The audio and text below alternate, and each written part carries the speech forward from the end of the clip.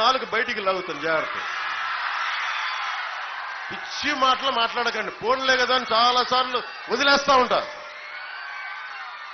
అలాగే సజ్జల రామకృష్ణారెడ్డి గారు ఈరోజు మాట్లాడుతా వైఎన్ కాలేజీలో చదువుకొని చిన్న స్థాయి నుంచి వచ్చి ఎదిగిన వ్యక్తి ఈరోజున్న పవన్ కళ్యాణ్ అనే వ్యక్తిని మీ ముందు నిలబెట్టి ఎన్డీఏ కూటమికి బలంగా వెన్నెముకలా తయారయ్యాడంటే అది చిరంజీవి గారి పుణ్యం. మెగాస్టార్ చిరంజీవి గారి పుణ్యం.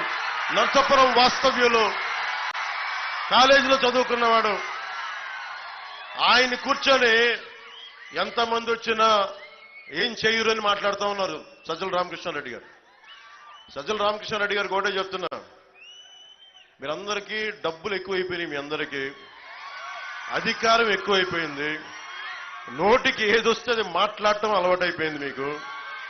రజనీకాంత్ వచ్చి, సూపర్ స్టార్ రజనీకాంత్ గారు వచ్చి చంద్రబాబు గారి కోసం పాప ఆయన ఏదో ఆయన బాగుండాలని బర్త్డే విషెస్ చెప్పి ఆయన చెప్తే ఆయన్ని కూడా తిట్టేస్తారు వీళ్ళు.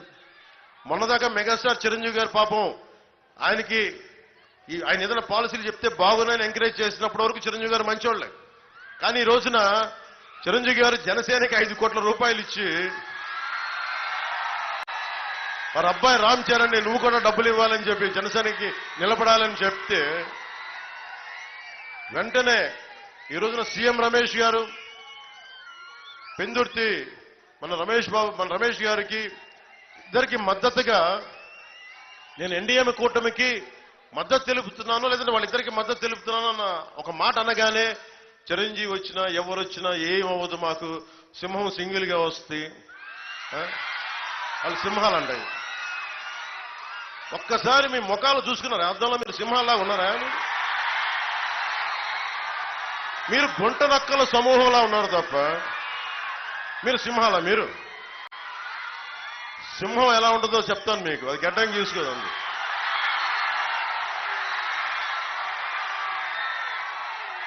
సింహమే మీతో పోరాడింది. అంటే గుంట నక్కలు, హైనాలు, తోడేళ్లు ఎన్ని వచ్చినా మేము సింగిల్ గా వస్తా ఉంటే బాబు సజ్జల రామకృష్ణారెడ్డి నీకు నా సంగతి తెలియదు. నీకు నేను ప్రతిరోజు జగన్ కూడా చెప్తున్నా,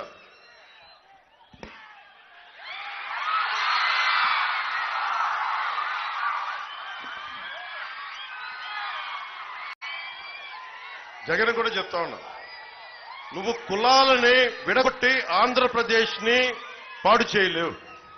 నువ్వు కులాలు విడగొట్టే కొద్దీ నేను కులాలని ఏకం చేస్తాను. నువ్వు శెట్టి బలిజల్ని వదలట్లా, కాపుల్ని వదలవు, మత్స్యకారుల్ని వదలవు, ఎస్సీ సామాజిక వర్గాన్ని వదలవు, ఎస్సీల్ని కూర్చోబెట్టి ఇంకా దారుణం చంపేసి మీ ఎమ్మెల్సీ చేత చంపేస్తే ఎంత ధైర్యం కాకపోతే మీరు డోర్ డెలివరీ చేసి నేనే హత్య చేశానని చెప్పి అతన్ని జక్కంపూడి రాజా గారు భుజాల మీద పెట్టుకొని ఊరేగిస్తుంటే వాట్ అండ్ అడాసిటీ అనిపిస్తుంది. ఎంత దురహంకారం లేకపోతే మీరు ఆ పనులు చేస్తారు. మీరు అంటే ఆంధ్రప్రదేశ్ లో ఎవరికి ఆలోచించడం మీకు భయపడతారని మీరు అనుకుంటున్నారా? బ్లేడు బ్యాచ్లను పెట్టుకొని మీరు రాజ్యాలని మీరు ప్రజల్ని నియంత్రణ చేద్దాం అనుకుంటున్నారా? సజ్జల రామకృష్ణారెడ్డి గారు మీకు ఒకటే చెప్తున్నా, మీరు పులివెందల నుంచి వచ్చారు, లోపల ఈ అరాచకాలు చేసే మీరు ఆ ఫ్యాక్షన్ మైండ్ సెట్ నుంచి వచ్చారు నాకు తెలియదు. ఒక విప్లవకారుడు పాలిటిక్స్ చేస్తే మీకు ఎలా ఉంటుందో తెలియజేస్తాను, గుర్తుపెట్టుకోండి. మీకు నా సంగతి తెలియదు. ప్రతిరోజు పొద్దున్న లేస్తే సాయంత్రం ఇంటికి వెళ్తే ఇంటికి వెళ్ళినట్టు అంతే. ఎందుకు చేస్తున్నాను ఈ సరదా? కోట్లు సంపాదించగలను, సంపాదించాను. కానీ ఈ నేల కోసం నిలబడే మనుషులు కావాలి. అల్లూరి సీతారామరాజు గారు ఉన్నారండి కాదు. ప్రతి సమకాలీన సమాజంలో అరాచకం మీద తిరగబడే వ్యక్తుల సమూహం, యువకుల సమూహం, నాయకుల సమూహం, యువతల సమూహం, ఆడపడుచుల సమూహం చాలా అవసరం. గతంలో ఉండేవారు అండి, ఇప్పుడు ఎవరు చేయట్లేదండి. కాదు, ఉన్నారు, ఇప్పటికీ చనిపోవడానికి సిద్ధంగా ఉన్నారు.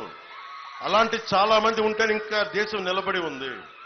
అందుకు అతను ప్రధానమంత్రి మోదీ అయ్యారు. వాళ్ళని ప్రేరణగా తీసుకొని మేమందరం చాలా మంది ఉన్నాం. అలాగే వైసీపీ గుండా బ్యాచ్లకి రౌడీ బ్యాచ్లకి నేను నర్సాపూర్ నుంచి పబ్లిక్ గా వార్నింగ్ ఇస్తున్నా. నేను తెగించిన వాడిని గుర్తుపెట్టుకోండి. చంద్రబాబు గారన్నా మెత్తగా క్షమిస్తారేమో నాకు తెలియదు, కానీ ఆయన జైల్లో పెట్టిన తర్వాత ఆ క్షమ కూడా లేదు ఇప్పుడు ఆయనకు కూడా. అలాంటి వ్యక్తులు ఇద్దరం ఏకమయ్యాం గుర్తుపెట్టుకోండి. పైన నరేంద్ర మోదీ గారు ఉన్నారు. మీరు కనుక మీ ఆగడాలు గాని మీ రౌడిజం గాని ఆపకపోతే ఎలక్షన్ సమయంలో మీరు ఏమాత్రం ఎర్రి గుర్రి యాషాలేసే తాట తీసి కింద కూర్చోబెడతాం.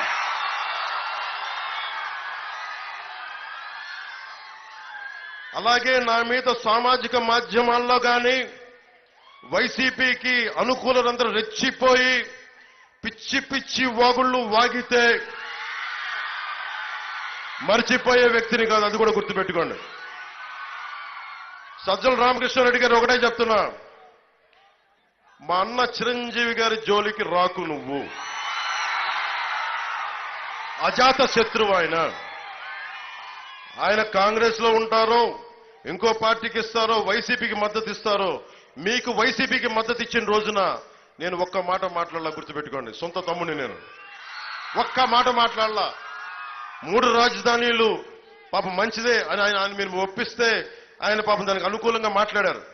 ఆ రోజు నేను ఒక్క మాట మాట్లాడాల. రక్తం పంచుకు పుట్టిన తమ్ముడు నేను.